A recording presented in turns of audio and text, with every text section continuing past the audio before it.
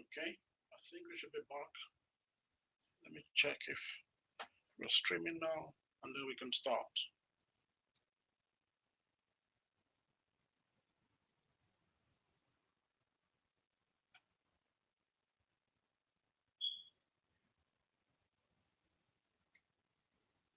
Okay, looks like we are live.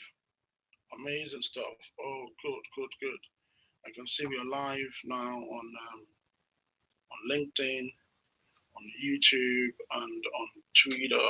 Yes, nice. Okay, so how are you all doing? And if you're connecting with me this morning, I'm excited to be here. Again, we started this we started this series last week. We talked about finding a mentor.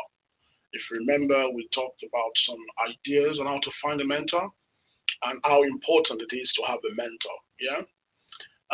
Today, I want to have a conversation about something interesting and something a bit controversial. Yeah, there's so many um, different opinions and views on this, and that's what I want to talk about today. But first off, I want to say thank you to all those who connected with me yesterday in Manchester at the Career Tour 2022, which kicked off in Manchester. It was really a great time. I had a great time sharing and pouring my heart out, and speaking with the audience. And thanks to all the speakers. Mary Fash was incredible as always. Great sharing. Thought leadership on starting a business, and we had Gift. Chidera was amazing. She talked about dealing with rejections. We need to have that. We need to have that back. It was just really explosive, and I'm looking forward to the next leg of the tour.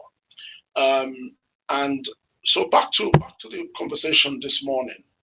Um, the topic I want to talk about this morning is yeah, should you actually pay for mentorship?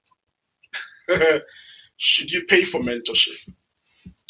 If you have a view about this, please feel free. Let me see.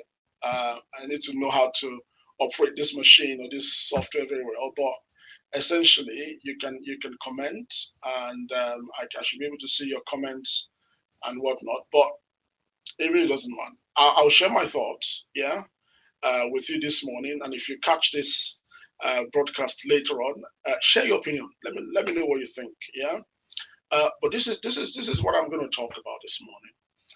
There are so many views, and this is an interesting topic because when I say we, I and my team in the business at Waymaker Digital, we spent some time. We've actually still on that journey, looking at you know the the topic or the subject of coaching and mentoring.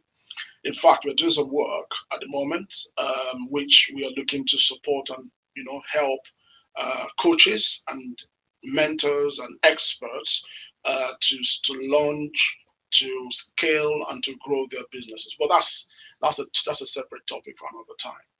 Now, should you pay for mentorship? And here are my views. I mean, I've read so many materials on the internet about this.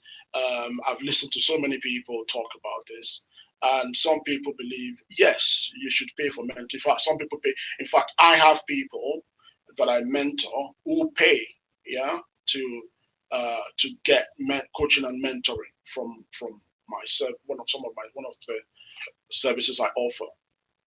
Excuse me, and I have people who don't. Yeah. Now the question is why is that? All right. And what is the balance, or what is right, or what is ideal? And then there's some views that no mentoring or mentors should not be paid, but coaches can be paid. You know, I read some of those and I laugh and I giggle because there's also this dichotomy between what is coaching, what is mentoring, and if somebody is a mentor, should you be paid for their time? or should they be charging for their services or their time? And if somebody is a coach, yeah, I think coaches professionally are allowed, and mentors are not allowed. That kind of thing. Now, for me, and this is my position on this. I think for me, it depends on access. Yeah, access. Yeah, that is my position. If you need to have access, or depending on who you need to have access to, yeah, in order to achieve your business or career goals, I think you should consider, and that would rather determine whether you should be paying for coaching or mentoring, or let's say mentoring, not coaching now. We're talking about mentoring, okay? So whether you should be paying for mentoring, and let me break it down a little bit further. Now, I mentioned earlier that there are people who are like startup founders or consultants, and in tech, who have access to me just because of relationship. They have access to me because of maybe friendship, or we've done something together, or they're connected to somebody who's connected to me, and or we've done some work, or we have some sort of mutual friendship, so to speak, in a way, that they can just pick up the phone and just ring me and say, "Hey, Victor, have you got 5 minutes?" "Oh yeah, I've got 5 minutes. What's up?" Yeah, and then they can ask me the question, and I can be like, "Oh yeah, you know, based on my experience, or based on what I know, or based on what I do, this is the question. Go this way, do this, do that." Yeah. And there are some people who do not even know me from anywhere, or they don't have any relationship with me. They don't have access to me, right? Those people also will sometime maybe need, maybe like I'm broadcasting live on social media right now, and someone comes across this post and they go, "Oh, I've been trying to reach this guy. How can I reach him? How do I get some, block some 30 minutes or 45 or 1 hour of his time, so that he can guide me, or he can direct me on this topic, on this issue?" Um, and what they'll do, or the natural cause, is some of them will basically just go to my website and go and look for, a way to reach out to me and say, "Can I buy?" I mean, I get those kind of messages a lot. Okay. Um, and if I'm available, I just send them my schedule and I say, "This is my availability." You know, it comes at a cost, and they will pay for it. And then we have the conversation, we have a call. If it's 30 minutes, if it's 1 hour, if it's 2 hours, whatever it is, they can, they think they need, depending. So for me, I think it's a question of access. All right. There are people who have accessed mentoring and coaching from me, um, sometimes because they have maybe come through Waymaker Digital, and they are part of the community, and then they have direct access. They don't need to. They will need to pay, for example, in order to speak to me, because they already have access to me. So I think it's about access, because I agree to a very high degree that mentoring is based on relationship.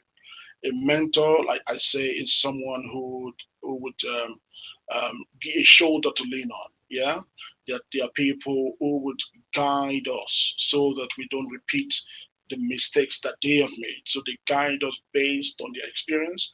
A mentor is somebody who has walked the path, that you want to walk, or that you're already embarking on, and you want to share, or you want to tap into their wealth of experience, their mistakes, their successes, the lessons they've learned over the years of, having been on that journey that you're trying to, get on. Um, and I think it's just right to um, pay for their time, if that is what they want to do. That's the other thing to be very clear about. You need to, I would say, also it's important to be clear about your relationship from the start. Yeah. So if it's someone who, I mean, I know career coaches, or some, mentors, or business mentors and whatnot, who basically provide some free coaching for, you know, particular period of time. And once you've exhausted, that coaching period, a mentoring period, maybe it's, I don't know, 2 hours for free or something like that. Beyond that, then you need to, reward them for their time and their effort and even for their experience. I think this was the right thing to do. If that, especially if that is what the relationship, um, start. That's what it's all about. If that's how. So sometimes, if you think about it this way. There are some mentors that you would like to have a relationship with, but even if you could afford them or pay for them, you just can't have access to them because maybe they're far away. There's no way to reach them. You don't know anybody connected to them, and all that kind of stuff. Those people, you probably go buy their books, but you go and watch some of their videos, or you buy some of their courses, or you buy them. What you're doing, in essence, is you're paying them. Yeah. If I create a course and I put it on my website, on wherever, and people go to buy, the course I've created is based on my knowledge, my experience, my skills.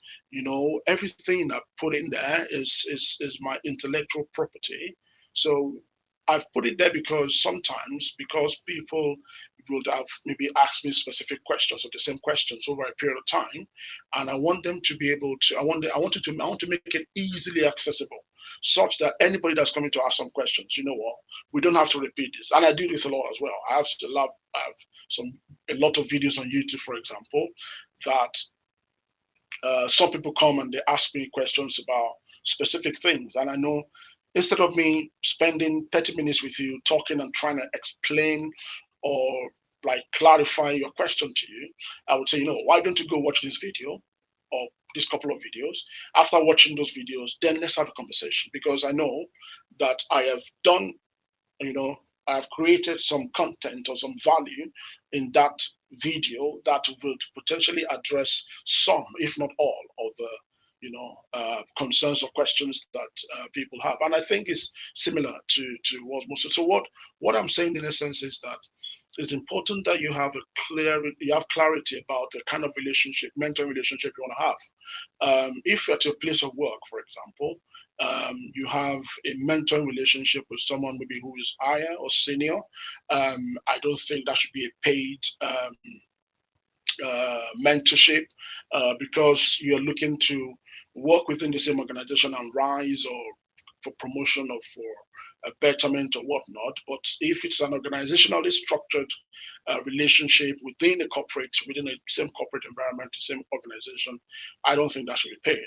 But if you're consulting externally for mentoring, yeah, and if you have access to the person, maybe based on relationship, based on someone you know, or based on acts like you can easily talk to them. You've built a relationship over time. Then you can actually get away with not paying them, but picking up the phone and say, "Oh, can we have a coffee or can we have a tea this weekend?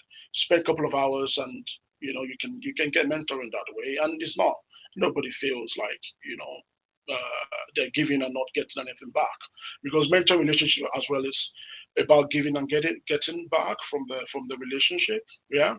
So but if it's a case of you have the person you want to have access to already have defined their mentoring process or mentoring approach, such that they want their time to be rewarded because they believe that they're creating value or pouring into others, whether it's through their books or their courses or even their consultation time.